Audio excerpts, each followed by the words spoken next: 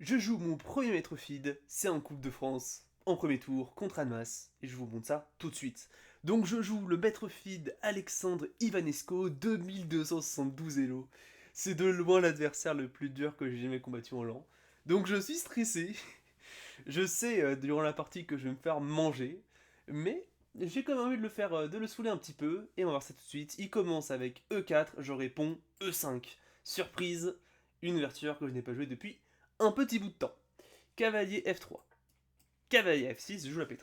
Vous avez vu que j'ai joué ça par exemple contre Claire, Michael dans la partie qu'on a examinée dans la vidéo dernière. Et ici, Petrov, je m'attends à le surprendre. Il joue cavalier prend E5, donc il prend le pion. Je joue D6, comme je vous l'ai montré, c'était la ligne principale, hein, pour venir attaquer le cavalier, le forcer à revenir et venir récupérer le pion. Et ici, du coup, je m'attends à plein de trucs, je connais un peu toutes les lignes. Et ici, il me balance cavalier C3, donc il faut savoir que cette ligne de Petrov, je ne l'ai pas jouée en land depuis 2 ans, mais je la connais très bien, hein, je la joue parfois en blitz en ligne, etc. Donc ça reste une arme secondaire de mon répertoire. Et ici, il me joue attaque Nimzovich, une attaque assez critique, où il attaque mon cavalier avec son cavalier, évidemment je vais devoir récupérer, et il va prendre du pion D, et là ici ça ouvre toutes les lignes, et son but en fait c'est de jouer rapidement sur un, probablement même un grand roc, avec fou E3, dame D2 et grand roc, pour ensuite tout balancer sur mon roi, et je me rends compte de ça et je panique un petit peu, parce que c'est un maître, et que je n'ai pas envie de me faire attaquer par ce maître, et donc je suis déjà pas très bien, je stresse un petit peu, mais c'est pas grave, je la joue. Fou E7. Donc c'est la ligne principale, hein, le but étant de venir simplement préparer le rock, contrôler un peu les cases, etc. etc. Fou F4. Un coup qui m'avait l'air un peu bizarre, qui m'a complètement surpris, parce que ce coup ne fait rien en fait. Il bloque, le fou tape sur du vide. Donc ça m'a un peu choqué, ça m'a un peu surpris. Et du coup, évidemment, je ne connais absolument pas cette ligne. Il faut savoir que la Nimzovich, c'est la ligne avec laquelle j'ai historiquement du mal, hein, sur la Petrov, parce que c'est très critique, les lignes sont, on va dire, s'éparpillent pas mal. Donc c'est compliqué de faire des lignes précises, ou alors il faut en faire 60. C'est vraiment pas pratique, quoi. Mais je me souviens qu'à l'époque, je jouais un petit système qui m'a pas mal sauvé des parties, où du coup le but c'est pas de rocker, parce que si je rock, du coup je donne l'adresse de mon roi et je le laisse m'attaquer, mais je joue sur cavalier D7. Donc ça peut paraître très bizarre comme développement, mais ici mon but est simple. Garder la flexibilité de mon roi, et mon cavalier aussi est très flexible. Il pourrait se rendre en C5 pour se rendre en E6 pour venir attaquer le fou, en F6 pour contrôler très bien le centre, peut-être en E5 et même parfois pour venir contrôler un peu le centre encore une fois. Il peut même peut-être revenir en F8 pour revenir en G6. Il y a plein de possibilités et j'ai l'impression que c'est pas mal. Il joue dame D2, donc il développe sa dame pour préparer le grand rock. Je joue cavalier F6. Donc ça m'a l'air d'être le meilleur coup ici, parce que je contrôle peut-être le centre, le fou il s'ouvre peut-être pour préparer fou G4 s'il joue sur un grand rock. J'essaie d'échanger, quoi. Parce que ici, dans la Nimzovich, moi, je ne suis clairement pas à l'aise, j'ai envie juste de faire nul. Ici, il joue fou D3. Logique, il se développe. Je joue fou G4. Je me développe. S'il joue grand rock, maintenant, son cavalier est cloué. Mais ici, il va me jouer cavalier D4. Donc, il vient développer, enfin, sortir son cavalier de son antre. Peut-être jouer H3 ou F3 par la suite. Et je n'ai pas le temps de prendre le cavalier, qui aurait pu pourtant être une très bonne chose. Peut-être son cavalier pourrait se rendre en F5 même parfois, il y a peut-être fou B5 qui va arriver, etc. etc. Et ici, je vais me dire, attends, c'est pas un peu bizarre ce coup? Parce qu'il se développe pas, il crée pas de menace, je sais pas. Donc là, je vais réfléchir un petit peu. Petit rock m'a l'air suicidaire, parce que du coup, il y a toutes les pièces qui sont rivées dessus, donc j'ai pas envie de rocker tout de suite. Fou D7 n'a pas l'air de marcher, parce qu'il y aurait peut-être H3, G4, etc., etc., et il prendrait la paire de fous, par exemple. Donc je vais décider ici, finalement, de jouer un coup qui est intéressant, pour moi, c'est cavalier D5. Je vais jouer ça durant la partie en me disant BG quand même. Parce que j'ai un plan derrière la tête, et vous allez le voir. Bon, ici, j'attaque le fou. Mon but est de l'échanger. Mon but est de prendre la paire de fous. Et ici, en réalité, il a aucun moyen de sauver la paire de fous, sauf de revenir en G3. Donc évidemment, je m'attends à ce qu'il joue en G3. C'est ce qu'il fait. Et ici, je vais avoir une ligne forcée qui va mener, selon moi, à l'échange des fous. Mon fou E7 est moins bon que le fou G3, donc j'ai envie de l'échanger. Et je vais trouver une ligne assez intéressante qui me permet de le faire. Ça commence par fou G5. Donc là, moi, je vais me dire, purée, dame enfermée, quoi. La dame enfermée, il est limite mort. Le seul coup qui m'a l'air intéressant, apparemment fou B5 est jouable, mais ici j'ai vu C6, hein. Mais bon, c'est bizarre. C'est F4. pousse le pion, attaque le fou, et du coup bloque, enfin défend la dame. Mais là maintenant, cette diagonale s'ouvre. Et donc du coup j'ai fou H4, et je le joue tempo pour venir préparer cet échange. Et durant la partie, je me dis que je suis égal ici. Je me dis purée, mais là sa position n'a aucun sens, c'est égal ici. Bon ici c'est l'air que ce n'est pas égal du tout.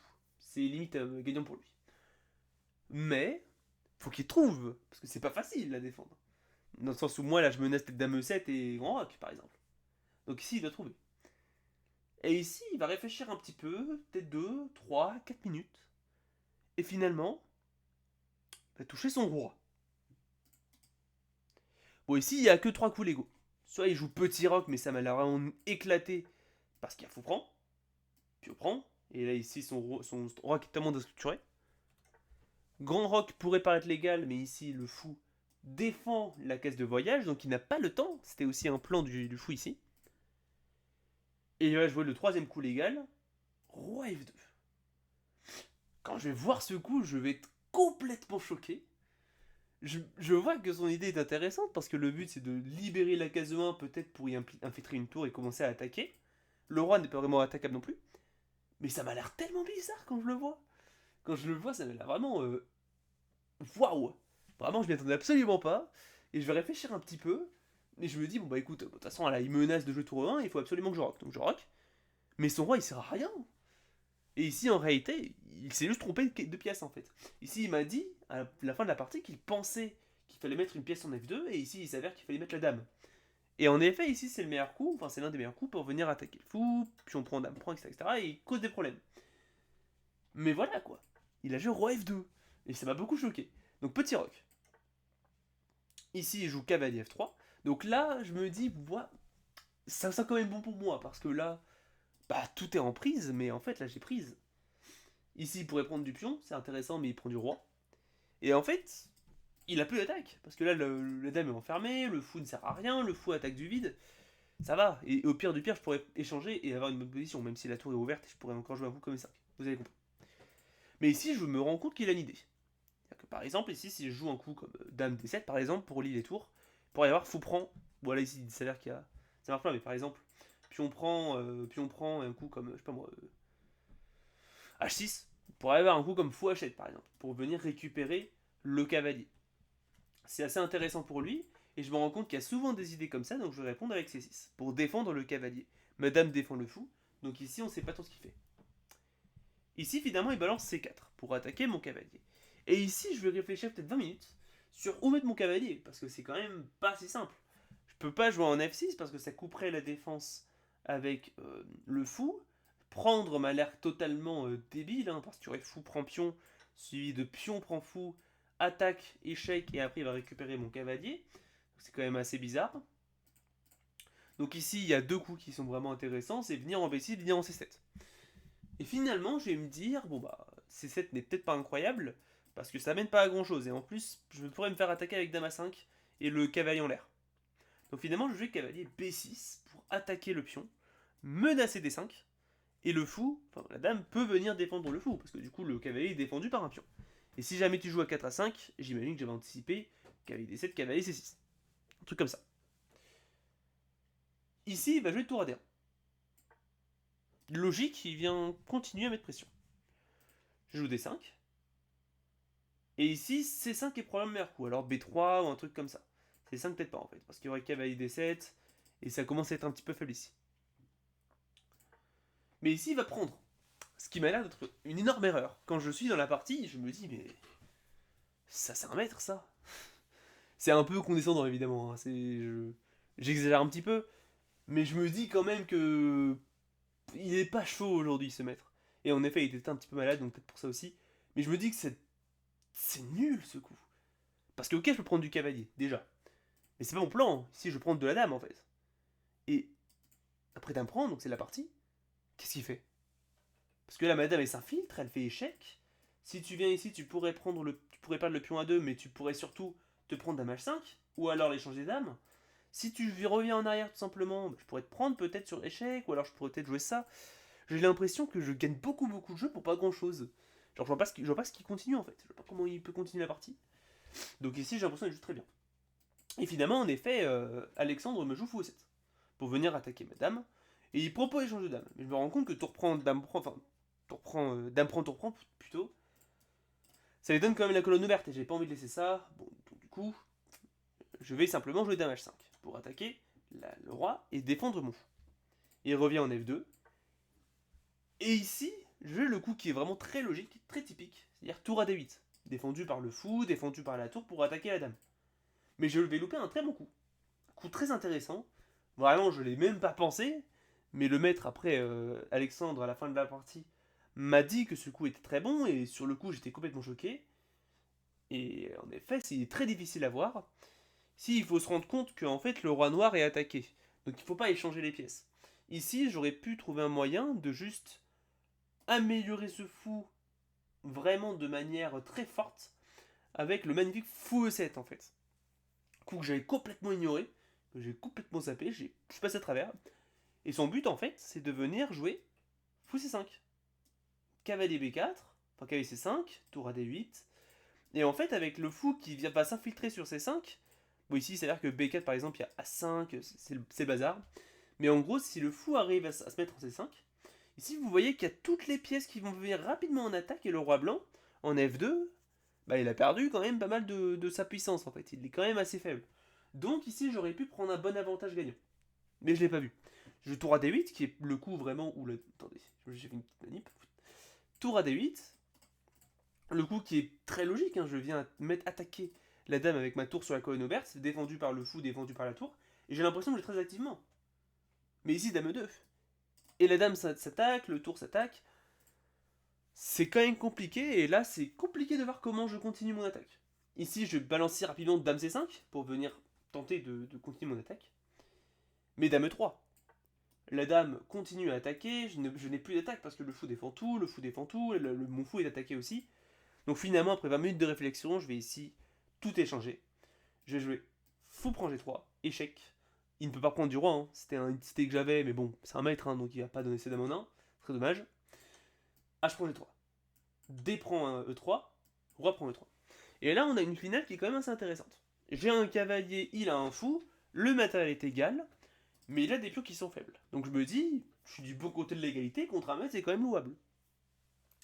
Et ici, je sais pas trop comment continuer. J'ai envie de jouer un coup comme tour 8, mais ici, il y aurait simplement, ça, peut-être comme tour prend D8, suivi peut-être de fou prend H7. Et j'ai pas d'un pion. Donc, je peux pas. Ici, je me rends compte que ça, c'est vraiment une menace qui est très intéressante pour lui, donc je vais G6, simplement. Et je menace aussi F5 dans le futur. C'est un plan pour venir peut-être jouer sur le clouage, une fois que j'aurai une tour en E8. B3, coup logique, empêche cavalier C4 qui était une idée que j'avais aussi. Tour F8, donc je continue. J'avais aussi pensé à tour DE8, mais ça ne fait pas vraiment sens. S'il y aurait simplement un coup comme roi D3, et sur F5, fou F3, ça ne mène à rien. Donc, plutôt tour F8. Mon but étant de préparer F5. Il joue tour prend D8, pour enlever le clouage, tour prend D8, et G4. Donc il empêche F5. Et ici, il faut que je sois vigilant.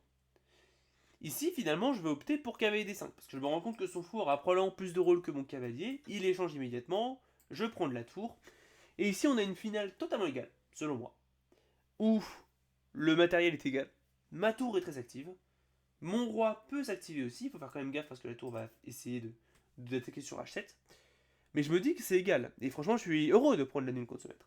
Donc j'aurais pu vous proposer nul, mais je suis pas de cette école et je la joue jusqu'au bout. Ici G5, joué par Alexandre. Donc il empêche la poussée du pion F ou du pion H. Et ici, je vais beaucoup réfléchir. Parce que je me rends compte qu'il y a probablement des coups qui sont jouables du style tour D7, etc. Mais je me dis, il faut que j'active mon roi. C'est compliqué là avec le pion G5. Donc finalement, je vais opter pour F6. Un coup extrêmement osé, et honnêtement, je suis content d'avoir osé le faire, mais qui a un plan typique. Ici, s'il joue G prend F6, je peux soit jouer tour F5 pour le récupérer de la tour, mais je peux aussi jouer surtout H5, qui est un plan que j'avais mis en place, pour défendre le pion H, maintenant que le pion G ne peut plus prendre. Et là maintenant, le pion G est indéfendable, en réalité, le pion F. Donc je pourrais jouer après, roi F7, roi prend F6, et mon roi s'est activé. Donc ça c'est mon plan avec F6. Mais il va commencer par C4, pour attaquer ma tour. je vais la bouger en A5 pour attaquer le pion A2 et garder mon attaque sur le pion G5. Ici, l'ordinateur préféré, je tourne D6 pour simplement défendre. Très logique aussi. Mais tour A5, G prend F6, et ici H5. J'avais un plan qui était un peu naïf, hein, mais qui aurait pu marcher, c'est G4. La suite que vous allez voir est toute calculée. Hein. H prend G6, tour H7 avec mon pion, et j'avais vu que j'avais roi F7, tour H7, pion prend, un tour prend. Là c'est égal, et il peut commencer, ça peut être intéressant parce qu'il commence à attaquer, mais j'ai tour prend. Et si jamais tu viens par exemple attaquer en C7, là maintenant j'ai G3. Tour prend G6, tac, tac, tac, comme ça, et il pousse, et là maintenant G2, et il ne peut plus empêcher la promotion. J'avais vu ça et je me suis dit, bon bah allez, ça gagne. Sauf qu'évidemment jamais il joue G4. Et en fait, c'est vrai que j'ai un peu halluciné durant la partie, j'ai juste vu des trucs forcés qui n'étaient pas forcés. Et ici, il m'a juste joué tour D1. Logique, du coup, il n'est pas obligé de défendre ce pion en fait. Parce que là, il s'infiltre. Il va plutôt essayer de jouer en D7. À la place, du coup, ici, je prends en A2. Il joue tour D7 pour contrôler un peu l'avancée de mon roi, attaquer le pion B7. Et maintenant, je prends le pion G2. Donc j'ai pris 2 pions, donc ici à prendre B7. Donc là, le matériel est égal, mais j'ai réussi à me créer un pion passé. Donc j'ai l'impression que ça peut gagner peut-être. H4, je me dis qu'il est indéfendable. Mais tour G7. Et là, je vais un peu déchanter, parce que je sais que là maintenant, c'est beaucoup plus difficile de gagner. Et en fait, j'avais absolument pas vu ce coup durant la partie. C'est encore égal évidemment, hein. Ici on est encore sur l'égalité. Mais c'est difficile, parce que je peux pas jouer roi H8 qui pourrait être le coup que je jouerais, hein, parce que du coup je veux venir défendre la case H8. Mais ici il y aurait F5 qui joue sur le clouage, et qui pourrait prendre, qui pourrait jouer ça, puis jouer ça. Et en fait c'est difficile pour moi de gagner, parce que du coup ici je suis totalement perdant. Donc ici je suis obligé de jouer roi H8, enfin roi F8 plutôt. C'est difficile. Tour point 7. Donc maintenant il récupère. Et là maintenant il pourrait ensuite jouer tour H7 pour venir bloquer mon pion. Bon je joue H3 quand même parce qu'il faut que je joue quelque chose. Tour H7. Et si je joue tour B2. Un coup intéressant, il n'a pas le temps de prendre parce que du coup il y aurait prise. Et je vais récupérer la tour par enfilade. Roi D4. Donc il donne son pion. Donc je le prends, hein, je suis plus ou moins forcé hein, pour venir défendre. Et là, ma flottée à roi C5, qui m'a l'air d'être totalement égal. Parce qu'il y a simplement tour C3, et j'ai vu roi prend, pion tour prend, avec la tour qui va venir ici, ça va être égal. Mais ici, il va totalement choquer, il va jouer C5. Un coup qui m'a beaucoup surpris. Parce que là, bah mine de rien, c'est quand même assez, intéressant, hein, parce que là maintenant, il va pouvoir faire comme ça, et le roi défendra toujours son pion. Et moi, je sais pas trop comment la jouer celle-là. Et finalement, ici, bon, il s'avère que j'aurais dû jouer un coup, comme par exemple H2, tour prend H2, puis tour B1, quelque chose comme ça. Accepter que j'ai un pion de moins, donc surtout là ici j'ai roi F7 en fait, tout pour moi. Et ici je vais réussir à sauver la nulle, mais il faut le voir quand même, et je ne l'avais pas vu. Parce que si on était en cette note, hein, ici il devait me rester peut-être 5 minutes. Donc je ne l'ai pas vu.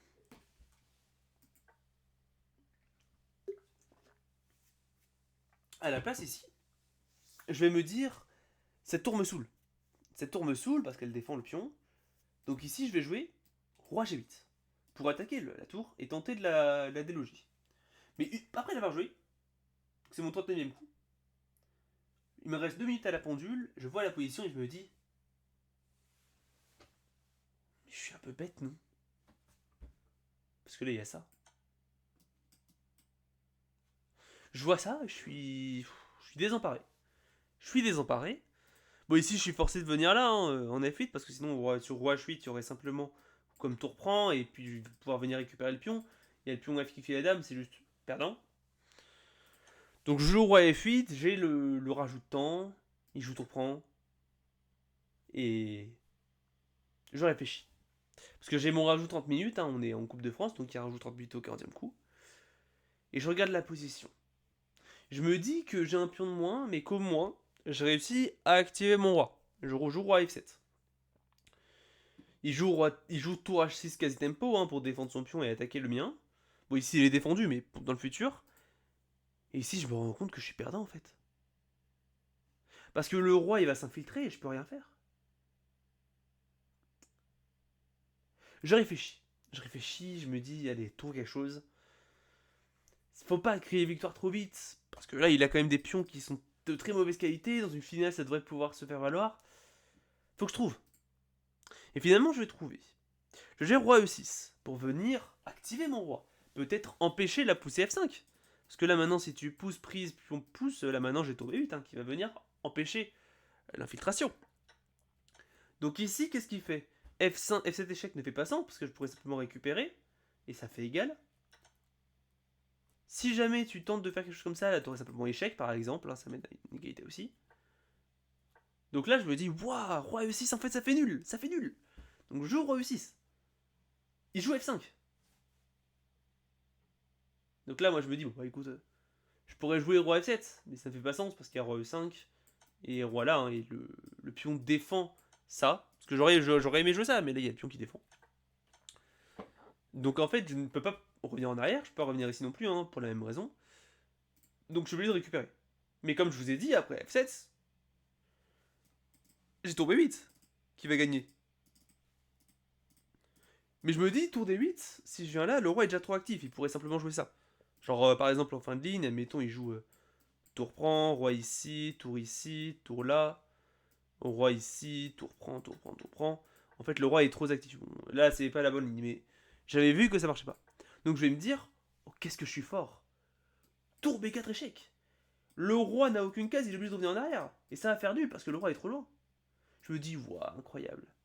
Et là, Alexandre, tempo, il joue roi C3.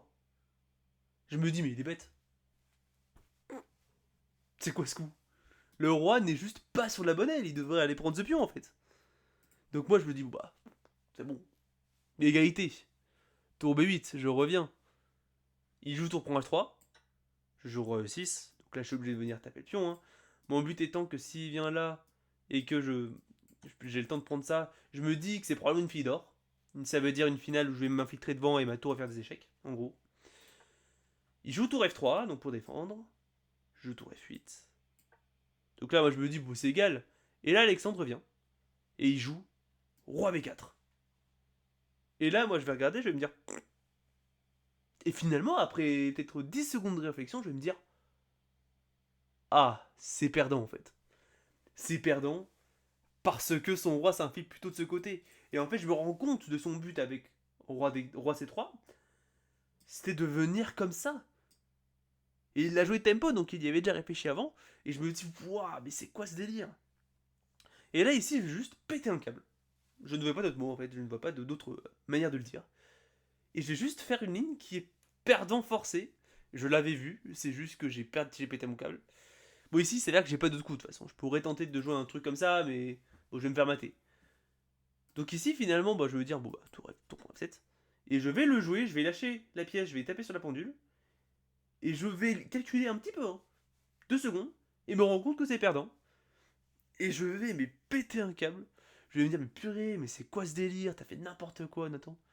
Et au bout de 3 minutes, Alexandre vient, il regarde mon coup, et il fait une drôle de grimace qui dit en mode... Enfin, il est débile, quoi. Et bon, bah, j'ai pas envie de dire qu'il a raison, mais un peu quand même, dans cette partie, j'étais pas ouf. Là, ici, ça perd en force, en fait.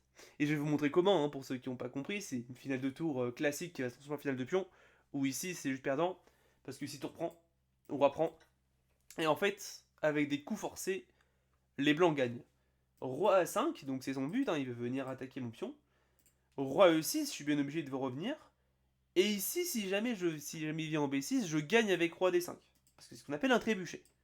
Donc ici, s'il y a cette structure de pion et avec les rois qui sont comme ça, c'est celui qui a le trait qui perd. Parce que si jamais c'est au noir de jouer, ils sont obligés de bouger le roi et perdre le pion. Si c'est au blanc de jouer, ils sont obligés de bouger le roi et perdre le pion. Normalement, c'est un trébuchet, c'est quand même un concept qui est assez connu. Donc ici, roi A5, roi E6, et là il joue plutôt roi A6, il a pas envie de jouer roi A5. Donc roi A6. Je ne peux pas venir ici parce qu'il y a ça, et on a encore une fois ce trébuchet, sauf que c'est à moi de jouer. Donc ici, je vais plutôt jouer roi E5. Je garde ma possibilité de venir ici, mais sans venir me mettre dans le trébuchet. Et ici, il y a roi B7 qui attaque mon pion. Et ici, au cas où, c'est la partie, j'ai abandonné à ce coup-là parce que je sais que ça n'a aucun intérêt de la jouer. Mais du coup, ici, ça perd parce que ici, maintenant, mon pion est attaqué. bah, mon seul moyen de le défendre, c'est de jouer roi d5 pour défendre le pion et attaquer le sien. Il revient en b6 et on a ce trébuchet et c'est à lui de jouer. Il va prendre le pion et réussir à faire une dame. Ça sert absolument rien de la jouer. Ça va faire une finale où il y a roi, dame contre roi. J'ose imaginer qu'un maître feed sache mater ça. Mais du coup, j'abandonne après roi b6. Après roi b7, pour moi, après ce coup-là, j'abandonne. Donc, partie quand même assez intéressante. Hein. La finale, je l'ai quand même très tenu très longtemps alors que c'était hyper critique comme finale. Et je suis content d'avoir réussi à trouver des coups de défense cette finale qui était très intéressante et complexe. Contre ce maître feed, hein. J'ai même été gagnant un moment et je trouve que c'est comme une bonne chose. Et bon, ça arrive.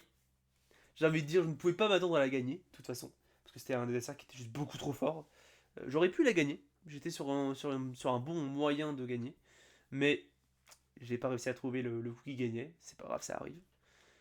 Mais du coup, voilà, petite défaite contre ce maître feed en Coupe de France. Mais belle partie quand même, hein, bravo à lui. Et en fait, après la partie, je me suis rendu compte que sa puissance de calcul était bien plus supérieure à la mienne. Était bien supérieure à la mienne.